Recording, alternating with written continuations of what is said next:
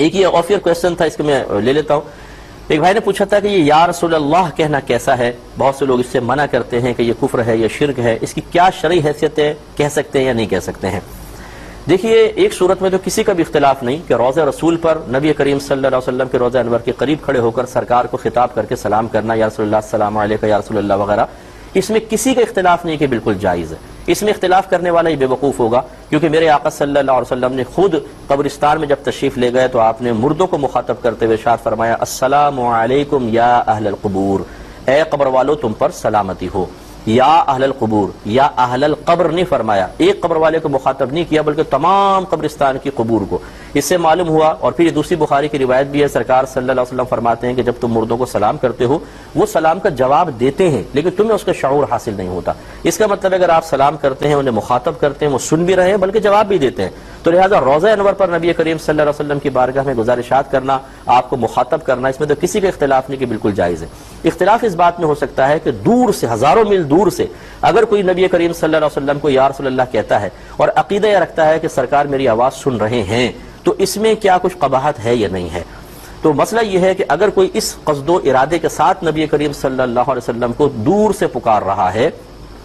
کہ اللہ تبارک و تعالیٰ اپنی قدرت کاملہ سے میری آواز کو نبی کریم صلی اللہ علیہ وسلم تک پہنچا دے گا، اور جب پہنچائے گا تو میرے آقا صلی اللہ علیہ وسلم سن بھی لیں گے، تو اس عقیدے میں بھی کسی کا اختلاف نہیں کہ بالکل شرعاً جائز ہے، کیونکہ یہاں کسی کی طاقت بشری پر اعتماد نہیں بلکہ اللہ تبارک و تعالیٰ کی قدرت کاملہ پر کامل نظر ہے، اور اللہ تعالیٰ اس پر قدرت رکھتا ہے. اس نے دیکھیں یہ موبائل کی ایجاد کی توفیق ہمیں دی ہے. آپ ابھی کال ملائیں، امریکہ کے اندر ایک سیکنڈ بھی نہیں گزرنے پائے گا کہ وہاں سے ایک شخص آپ سے کلام شروع کر دے گا. جب ہم عام لوگ ایک ایسی ڈیوائس ایجاد کر لیں کہ لاکھوں میل دور ہم فوراً اپنی آواز کو پہنچا دیں، اور لائیو میچز لوگ دیکھ رہے ہیں، ہزاروں لاکھوں میل دور میچ ہو رہا ہے، آپ گھر پہ بیٹھ کے بالکل ایسے دیکھ رہے ہیں جیسے آمنے سامنے، تو یہ چیز اگر قدرت کاملہ کے تحت ہو تو کیسے ناجائز ہو سکتی ہے؟ تو اللہ تعالیٰ اس پر قدرت رکھتا ہے کہ وہ ہماری آواز کو وہاں تک پہنچا دے. اور ہے بھی ایسا ہی کہ نبی کریم صلی اللہ علیہ وسلم مدینہ منورہ میں اپنی قبر انور میں جلوہ افروز ہے، اور پوری امت کی آوازیں وہاں پہنچتی ہیں، اللہ تعالیٰ پہنچاتا ہے. آپ سماعت بھی فرماتے ہیں جیسے کہ درود پاک پہنچتا ہے.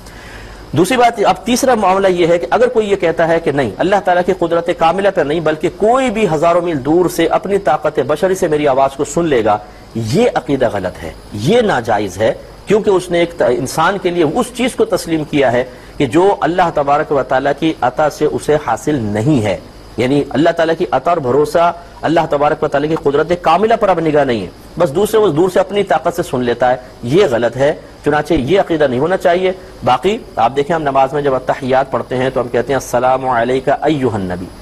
اس کا مطلب یہی ہے السلام علیکہ یا ایھا النبی. یہ یا پھر کچھ لغت کے قواعد ہیں جو میں ابھی آپ کو ذکر نہیں کر سکتا ہوں، یا ہٹا کے ہم ایھا النبی کہتے ہیں، اس کا معنی ہی ہے اے نبی آپ پر سلام. اب اگر دور سے نبی کریم صلی اللہ علیہ وسلم کو خطاب کرنا مطلقاً ناجائز ہوتا تو پھر اللہ تبارک و تعالیٰ التحیات کو نماز میں واجب قرار نہ دے دیتا کہ یہاں تو خطاب رسول صلی اللہ علیہ وسلم یعنی ہمیں ہمارا سرکار کو مخاطب کرنا واجب ہے گویا کہ. تو اس لیے صحیح عقیدے کے ساتھ اگر کوئی الفاظ ادا کرتا ہے تو اس میں شرعاً کوئی حرج نہیں ہے. کہ نوجوان عاشق رسول کیسے بن سکتے ہیں؟ یہ بھی بڑا لمبا جواب ہے، میرے بیانات آپ سن لیں. پہلے تو عشق رسول کسے کہتے ہیں، اس کے تقاضے کیا ہیں، یہ سب دیکھنا ہوگا. خالی نعت میں بیٹھ کے جھوم لیں یہ عشق رسول نہیں ہے کہ ساری رات آپ نعت خوانی میں بیٹھے رہے، صبح فجر کی نماز آپ نے قضا کر لی، اس کے بعد آپ لڑکیوں سے دوستی بھی کر رہے ہیں، اس کے بعد آپ حرام بھی کما رہے ہیں، منہ سے گالیاں نکل رہی ہیں، بوڑھے ماں باپ کے سینے پہ چڑھ کے ان کو کمزوریوں کا احساس بھی دلایا جا رہا ہے، آپ لوگوں کا مذاق بھی اڑا رہے ہیں، اور پھر اگلی رات پھر کسی محفل نعت میں بیٹھ کر آنسو بہا رہے ہیں اور کہہ رہے ہیں ہم تو عاشق رسول ہیں. یا کسی نے کوئی گستاخی کی تو آپ نے 2-3 سائن بورڈ وغیرہ توڑ دیے اور کہا کہ میں کتنا عاشق رسول ہوں. یہ محبت رسول کی ایک علامت تو کہی جا سکتی ہے، بورڈ توڑنا نہیں، غصہ آنا، گستاخی کے اوپر غصہ آنا کہی جا سکتی ہے، لیکن کیا یہ عشق رسول کی حتمی دلیل ہے؟ کیا یہی علامات ہیں اس شاقان رسول کی؟ اور کیا اس کے بعد بس کافی ہے تقاضا عشق رسول اور کچھ بھی نہیں ہے؟ یہ غلط چیز ہوتی ہے. تو علم حاصل کرنا بہت ضروری ہے. میری سپیچز آپ سن لیں، یوٹیوب پہ کافی ڈلی ہوئی ہیں، ان کو ذرا غور کریں، اس میں کافی تفصیل سے میں نے ان باتوں کو بیان کیا ہے. اور دوسرے نے کہا کہ پیشن گوئیوں پر یقین رکھنا کیسا ہے؟ دیکھیں اس پہ بالکل یقین نہ رکھیں. یہ کتنے لوگ بیٹھے ہوتے ہیں ٹی وی کے اوپر، کون سی ٹیم جیتے گی پیشن گوئی کر کے بتا رہے ہیں فلاں جیتے گی، سب سے آخر میں آتی ہے وہ لاسٹ میں۔ ان کی پیشن گوئیوں کا تو یہ حال ہے، کوئی ناراض نہ ہو، کوئی 100 پیشن گوئی کر کے 4 میں تکے لگ جائیں تو وہ تو میرے ساتھ بھی آپ آ جائیں، مجھے اس کا کوئی فن نہیں آتا، نہ ستاروں کی چال سے میں واقف ہوں، لیکن میں 10 پیشن گوئیاں کروں گا انشاءاللہ 5-6 تو لگ ہی جائیں گی۔ یہ تجزیے ماحول دیکھ کر اس طرح کی پیشن گوئیاں کر کے اور یہ معاملات ہوتے ہیں، اس پہ بالکل بلیو نہیں رکھنا چاہیے، بلکہ ہمارے نبی کریم صلی اللہ علیہ وسلم نے اس طرح کے لوگوں سے کانٹیکٹ کرنا ہی منع فرمایا کہ نجومی ہاتھ دیکھ کر پامس وغیرہ کچھ بتا رہے ہیں ستاروں کی چال سے، اگرچہ یہ علوم ہیں اس کا میں انکار نہیں کر رہا ہوں، لیکن ہمارے نبی نے اس کو منع فرمایا، اور وجہ اس کی یہ تھی کہ اس زمانے میں اگر ان علوم کو باقی رکھا جاتا، ان ذرائع کو برقرار رکھا جاتا، تو نبی کریم صلی اللہ علیہ وسلم کے بارے میں کوئی کہہ سکتا تھا کہ آپ بھی جو غیبی خبر دے رہے ہیں ستاروں کی چال سے یا کسی کاہن سے پوچھ کر یا کوئی ذائچہ نکال کے بتا رہے ہیں، تو پھر آپ کی جو نبوت تھی وہ مشکوک ہو جاتی، پھر لوگ کیسے بلیو کرتے ہو؟ کہتے ہیں جو عام لوگ کر رہے ہیں آپ بھی کر رہے ہیں، ان سب کو حرام قرار دیا۔ اب جب ایک نبی غیبی خبر دے رہا ہے تو لازم بات ہے کہ ان ذرائع سے تو نہیں دے رہا، کیونکہ وہ تو منع فرما دیے گئے، تو یہ ضرور وحی الہی کا نتیجہ ہے۔ اس لیے میں آپ سے گزارش کرتا ہوں ان چیزوں پہ کوئی بلیو نہ کریں آپ، علوم ہوتے ہیں یہ، اس کا انکار نہیں، تکے بھی صحیح لگ سکتے ہیں، اس کا بھی انکار نہیں ہے، بالکل اس کا انکار نہیں، لیکن یہ 100% کوئی شورٹی کے ساتھ نہیں ہوتے، بدگمانیاں پیدا ہوتی ہیں۔ اب اخبار میں پڑھ لیں یہ ہفتہ کیسا رہے گا، لکھا ہوتا ہے بعض اوقات، اس میں لکھا ہوتا ہے اس ہفتے اپنے قریبی لوگوں سے ہوشیار رہیں۔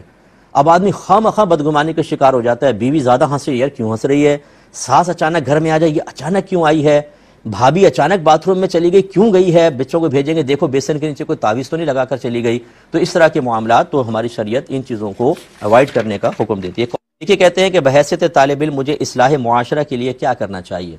دیکھیں اصلاح معاشرہ کے لیے سب سے پہلے ضروری چیز ہے آپ کو اصلاح کا مطلب آنا چاہیے۔ اصلاح کا مطلب ہوتا ہے فساد کا دور کرنا، اس کے لیے علم دین چاہیے، آپ قرآن حدیث کا علم سیکھیے، مثلا عالم بنیں، آپ مفتی بنیں، یا کم از کم فرض علوم آپ سیکھیں، اس کے بعد اس کے تقاضے کے مطابق عمل کریں اور استقامت سے عمل کریں، اور پھر لوگوں کو احسن طریقے سے دین کی طرف بلائیں۔ یہ تمام چیزیں، پھر اس میں اخلاص بھی ہونا چاہیے، اللہ کی رضا ہونی چاہیے، احساس ذمہ داری ہونا چاہیے، تب کہیں جا کر ایسا ہوتا ہے۔ اب ان میں بھی ہر ایک پوائنٹ کی کچھ تفاصیل ہیں جو ہر شخص فوراً سنتے ہی نہیں سمجھ پائے گا۔ اس کا مطلب یہ ہے کہ آپ کو پہلے علم دین اسٹیپ ہی اٹھا لیں، سب سے پہلے آپ بنیادی علوم دینیاں سیکھیں۔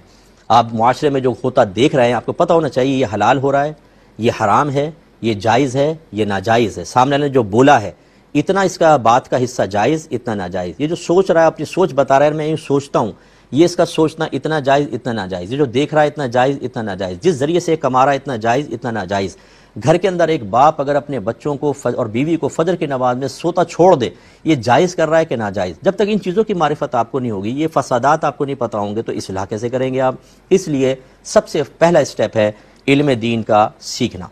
قرآن کیسے سمجھا جائے؟ میری گزارش یہ ہے کہ آپ سوشل میڈیا پر ہر چیز کو نہ دیکھا کریں۔ یہ بھی لوگ کہیں گے قرآن بڑا آسان ہے، آپ خود پڑھیں، کسی مولوی سے اس کو نہ سمجھیں۔ اب خود سوچئے کہ اللہ تو قرآن پہ یہ بیان فرمایا کہ یتلو علیہم آیاتہ ویزکیہم ویعلمہم الکتاب والحکمہ، یہ نبی صحابہ کرام کے سامنے قرآن کی تلاوت کرتے ہیں، ان کا تزکیہ نفس کرتے ہیں اور انہیں کتاب اور حکمت سکھاتے ہیں۔ یعنی صحابہ عربی اللسان ہونے کے باوجود قرآن سیکھنے میں نبی کریم کے محتاج ہوئے، کیونکہ ایک ہوتا ہے قرآن کا ظاہر جو آپ ترجمے سے سمجھ لیتے ہیں، اور ایک اس میں ہوتا ہے مقصود الہی کہ اللہ تعالیٰ سے کیا بیان فرمانا چاہتا ہے، اس کے شان نزول کیا ہے، اس کے پیچھے پس منظر کیا ہے، وہ آپ کو کیسے پتہ چلے گا؟ تو جی ترجمہ پڑھ لیں سب آ جائے گا، غلط۔ میری بس مختصر گزارش یہ ہے کہ آپ یوٹیوب پر جائیں، میں نے کیو ٹی وی میں 3 سال میں تفسیر ریکارڈ کرائی تھی تدبر قرآن کے نام سے، وہ مل جائے گی آپ کو، ایپیسوڈ 1 سے دیکھنا شروع کریں، انشاءاللہ آپ کو بہت حد تک قرآن کی بیسک سمجھ میں آئے گی۔ میں چونکہ عوامی آدمی ہوں، ہر آیت پہ میں اس جہت سے ضرور کلام کرتا ہوں کہ جس میں عوام کے لیے ہدایت اور اصلاح اور کچھ سیکھنے کا پہلو ہو، اس پہ ضرور میں کلام کرتا ہوں۔ اس طرح عقیدے کا اگر کوئی چیز ہے تو عقیدے کی وضاحت یہ ضرور آپ کریں، تو انشاءاللہ قرآن فہمی میں بہت اچھا کردار ادا کرے گا۔ اس کے علاوہ کسی اچھے اس مستند ادارے سے تفسیر قرآن کورس کر لیں، لیکن اس میں بھی پورا قرآن سمجھ میں نہیں آتا، مخصوص آیات کے بارے میں ہوتا ہے۔ بیسٹ یہ ہے کہ ابتدا یہاں سے کر لیں، پھر آپ کانٹیکٹ کر لیجئے گا، میں آپ کو اگلا اسٹیپ بتا دوں گا۔ عرض کرتا ہوں بھائی جان، اچھا دیکھیں یہ جو موبائل والا مسئلہ پوچھا، اس میں طلاق واقع نہیں ہوگی، کیونکہ جب پتہ ہی نہیں ہے کہ کیا پوچھ رہا ہے، وہ ایسے ہاں کر رہا ہے تاکہ وہ باس ناراض بھی نہ ہو، اور ہمارے ساتھ بھی بعض اوقات ایسا ہوتا ہے، میں ہاں نہیں کرتا ہوں، لیکن ہوتا یہ ہے کہ وہ ہم بات کر رہے ہیں، سامنے والا ہاں کہہ رہا ہے، بعد میں پوچھا تو یہ آواز کٹ گئی تھی آپ کی، اس لیے بات سمجھ بھی نہیں پایا۔ تو یہ ہوتا ہے جب آواز ہی سمجھ میں نہیں آ رہی، بات ہی نہیں پتہ ہے وہ کیا کر رہا ہے، اور یہ صرف اس لیے کہ باس ناراض نہ ہو، اس کی ناراضگی سے بچنے کے لیے ہاں کر رہا ہے، جی کر رہا ہے، تو اس سے طلاق واقع نہیں ہوگی۔ اس کی مثال یوں لے لیں کہ کسی نے ایک طلاق لکھی کسی پیپر پہ اور اس کے سامنے چھپا کر دیا، اس پہ سائن کر دو، اس نے سائن کر دیا، بعد میں پتہ چلا وہ تو طلاق نامہ تھا، یہ طلاق واقع نہیں ہوگی، کیونکہ اس کو پتہ ہی نہیں تھا میں کس چیز کے اوپر سائن کر رہا ہوں، یا اس کا ارادہ ایک طلاق دینے کا تھا، اس نے کہا بھائی ایک طلاق کے لیے اسٹامپ پیپر تیار کر دو، اس نے تیار کیا اور اس نے لکھ دی اس میں 3 اور اس نے اس پہ سائن کر دیا تو ایک طلاق واقع ہوگی، کیونکہ اس نے ایک کا کہا تھا۔ ہاں اگر یہ پڑھ لیا مضمون 3 لکھی ہیں پھر سائن کیا تو 3 ہی ہوں گی، لیکن اگر مضمون نہیں پڑھا اور ایک کا کہا تھا اور بغیر دیکھے سائن کر دیا تو ایک ہی طلاق واقع ہوتی۔ یہاں پہ چونکہ کلام ہی نہیں سنا تو اس لیے طلاق واقع نہیں ہوگی۔ اس کے ضمن میں یہ پچھلے دنوں کافی مسئلہ چلا تھا کہ ڈراموں کے اندر اگر نکاح ہو رہا ہو تو کیا یہ نکاح ہو جاتا ہے کہ نہیں، اور اگر شوہر میاں بیوی ایک ڈرامے کا کردار ادا کر رہے ہیں تو اور شوہر بیوی کو طلاق دے دے تو کیا طلاق ہو جائے گی کہ نہیں؟ تو اس کا جواب بھی یہی ہے کہ نہیں ہوگی، نہ نکاح ہوگا نہ طلاق واقع ہوگی۔ وجہ اس کی یہ ہے کہ نکاح کے لیے ضروری ہوتا ہے کہ گواہ بھی جانتے ہو نکاح، ارادہ نکاح بھی ہو، اور پھر اس کے علاوہ جس لڑکی سے نکاح ہو رہا ہو اس کا اصل نام اس کے والد کا نام لیا جائے تاکہ گواہ پہچانے، یا اگر نام نہ لیا جائے تو اس کو مشار الیہا بنایا جائے، اشارہ کیا جائے کہ اس کا نکاح تمہارے ساتھ۔ وہاں پہ ایسا نہیں ہوتا ہے، ایک بس لڑکی بیٹھی ہے، دولہا بیٹھا ہوا ہے، قاضی صاحب کہتے ہیں میں نے فلانا بنت فلاں کو آپ کے نکاح میں دیا، یعنی کردار والا نام بیان کرتے ہیں، اصلی نام بھی بیان نہیں کرتے، دولہا کو بھی پتہ ہے کہ کچھ نہیں ہو رہا، تو اس سے نکاح واقع نہیں ہوتا۔ یوں ہی اگر طلاق دیتا ہے اور میاں بیوی بھی ہیں، ہاں اگر وہ تو اس سے طلاق نہیں ہوگی۔ کیوں؟ پہلے اس کی وجہ سمجھ لیں، طلاق نہیں ہوگی وجہ اس کی یہ ہے کہ جو اسکرپٹ میں لکھا ہوا ہے وہ تو وہ اس کو دہرا رہا ہے، اس کو حکایت کرنا کہتے ہیں، ایک چیز کو بعینی بیان کر دینا، اس سے طلاق واقع نہیں ہوتی۔ جیسے ہم اساتذہ ہمیں پتہ ہے، ہم کتاب الطلاق جب بچوں کو پڑھاتے ہیں تو اس میں کتنی مرتبہ یہ جملہ بولتے ہیں میں نے اپنی بیوی کو طلاق دی، کیونکہ ہمیں نقل کرنا ہوتا ہے، اس میں لکھا ہوتا ہے کہ اگر کوئی یہ کہے میں نے اپنی بیوی کو طلاق دی، ہم بھی وہ جملہ کہہ دیتے ہیں تو کیسا طلاق واقع ہو جائے گی؟ نہیں، یہ اصل میں لکھے ہوئے کو بیان کرنا ہوتا ہے، ایقاع طلاق یعنی طلاق واقع کرنے کا ارادہ نہیں ہوتا تو اس سے طلاق واقع نہیں ہوگی۔ ہاں اگر ڈرامے میں شوہر یہ ارادہ ہی کر لے کہ میں اس کو طلاق دے رہا ہوں اپنی بیوی کو، پھر ہو جائے گی، لیکن اگر صرف اسکرپٹ کے الفاظ دہرانا مقصود ہیں تو پھر طلاق نہیں ہوگی۔ کہتے ہیں کہ یہ شاید پڑوسی ملک سے کویسچن آیا تھا کہ میرا بچہ نماز پڑھتا ہے ماشاءاللہ، پھر وہیں سے ٹیوشن پڑھنے جاتا ہے، تو ایک دفعہ جمعہ تھا تو میں نے کہا تم جبہ پہن کے جاؤ، جمعہ پڑھ کے پھر ٹیوشن سینٹر چلے جانا، اور اس ٹیوشن سینٹر میں غیر مسلم بھی ہیں لیکن مسلمان بچے زیادہ ہیں، تو میرے بیٹے نے جواب دیا کہ میں جبہ نہیں پہنوں گا، مجھے شرم آتی ہے۔ تو اس کا یہ جملہ کہنا کیسا کہ جبہ پہنتے ہوئے شرم آتی ہے، کیا حکم شرع ہوگا؟ دیکھیں ایک ہوتا ہے کہ نبی کریم صلی اللہ علیہ وسلم کی کسی چیز کو، سنت کو جان کر معلوم کر کے پھر کہیں کہ یہ اس سے مجھے مطلب معاذ اللہ کراہت کا اظہار، نفرت کا اظہار، یہ تو خطرناک ہے، ایمان تباہ ہو جائے گا۔ ایک ہوتا ہے کہ یہ بہت اچھی چیزیں اقرار کر رہے ہیں لیکن ماحول ایسا ہے کہ اگر میں ایسا کر کے جاؤں گا تو وہ مذاق اڑائیں گے سنت کا، اور اس کو اگر میں ترک کر دوں وقتی طور پہ، صحیح گھر پہ آ کے جبہ پہن لوں وقتی طور پہ، تو اس سے کوئی فرق نہیں پڑے گا، اس میں کوئی حرج نہیں ہوتا ہے۔ اس بچے کے جو شرم کا معاملہ ہے غالباً وہ اس وجہ سے ہوگا کہ وہ اس طرح کا لباس پہن کے جائے گا تو وہاں لڑکے شاید اس کے لڑکیاں بھی ہو، ذکر نہیں کیا، تو وہ ہو سکتا ہے کہ اس جو حیت ہے اس کے اوپر کوئی کمنٹس پاس کریں، کوئی جملے کہیں جس سے اس کو شرم آئے، یا غصہ آئے کہ میرے نبی کی سنت کو ایسا کر دیا تو لڑائی جھگڑا فتنہ فساد ہو جائے، اس وجہ سے اگر اس نے اس طرح کا جملہ کہا ہے تو اس میں اس کی کوئی گرفت نہیں ہے۔ یہ تو پڑوسی ملک ہے، ہمارے ملک پاکستان میں ہزاروں لوگ داڑھی اس لیے نہیں رکھتے کہ شرم آتی ہے، سنت کے مطابق لباس نہیں پہنتے، وہ سر سے پیر تک غیر مسلموں کا ہر طریقہ اپنانے کے بعد اپنے اندر اعتماد، خود اعتمادی محسوس کرتے ہیں، حتیٰ کہ کچھ دین کی تبلیغ کرنے والوں نے بھی یہ اس طرح کے گیٹ اپ اختیار کر کے اپنے آپ کو سنت رسول کے سانچے میں ڈھلے ہوئے لوگوں سے افضل محسوس کرنا شروع کر دیا ہے۔ اور ہمارے ینگ جنریشن ایسی ہے کہ وہ کہتی ہے کہ ہاں ایک پینٹ شرٹ والا بغیر داڑھی والا بھی ہو، چاہے وہ نماز پڑھتا ہے نہیں پڑھتا، اس کی لینگویج اچھی ہے یا نہیں ہے، اخلاقیات یا کردار کا کچھ پتہ نہیں ہے، لیکن ہم اسی سے دین سیکھیں گے۔ اور وہ بعض اوقات دین نہیں سکھا رہا ہوتا، وہ تو بیچارہ اور گمراہ کر رہا ہوتا، خود اس کو نہیں پتہ ہوتا میں گمراہ کر رہا ہوں، وہ اپنی سوچ اپنی فکر کو بیان کر رہا ہوتا ہے جو بعض اوقات قرآن اور حدیث کے بالکل مخالف ہوتی ہے۔ ہم جیسے لوگ کبھی ایسے کوئی کلپ آ گئی تو سر پکڑ کے بیٹھ جاتے ہیں کہ یہ بیچارہ یہ سمجھ رہا ہے چند لوگوں کی فالوئنگ دیکھنے کے بعد کہ میں بہت اچھا کام کر رہا ہوں، یہ تو ان سب کو آخرت میں جب تباہ کر کے پہنچے گا ان سب کا وبال اس کے اوپر ہوگا، یہ کتنا بڑا اپنے لیے نقصان کر رہا ہے۔ دنیا کی تھوڑی سی شہرت، تھوڑا سا پیسہ، تھوڑی سی دولت، تھوڑی سی نیک نامی، جس کو وہ نیک نامی کہتے ہیں ہم تو بدنامی سے تعبیر کریں گے، یہ اس سے کوئی حاصل نہیں ہوگا، یہ آخرت کا وبال ہے بہت بڑا۔ اس لیے پہلے علم دین سیکھیں، اس کے تقاضے کو سمجھیں، پھر تبلیغ دین کرنی چاہیے۔ تو ہمارے یہاں بھی ایسا چلتا رہتا ہے۔ اسلامی تعلیمات سے دور کیوں ہیں؟ دیکھیں اس کے اتنے سارے اسباب ہیں کہ میں 2 گھنٹے اس پر بیان کروں تو وہ کم ہوگا، اور میں اپنے اکثر بیانات میں جو میرے باہر آؤٹ سائڈ بیان ہوتے ہیں ان میں یہ نشاندہی کرتے رہتا ہوں کہ سب سے پہلے اسلامی تعلیمات سے دوری اس وجہ سے ہے کہ ہمارے گھروں میں اسلامی تعلیمات کا نفاذ نہیں ہے۔ اور وہ کیوں نہیں ہے؟ اس لیے کہ جو ہماری مساجد ہیں ان میں اسلامی تعلیمات کو عام کرنے کے مؤثر ذرائع نہیں ہیں۔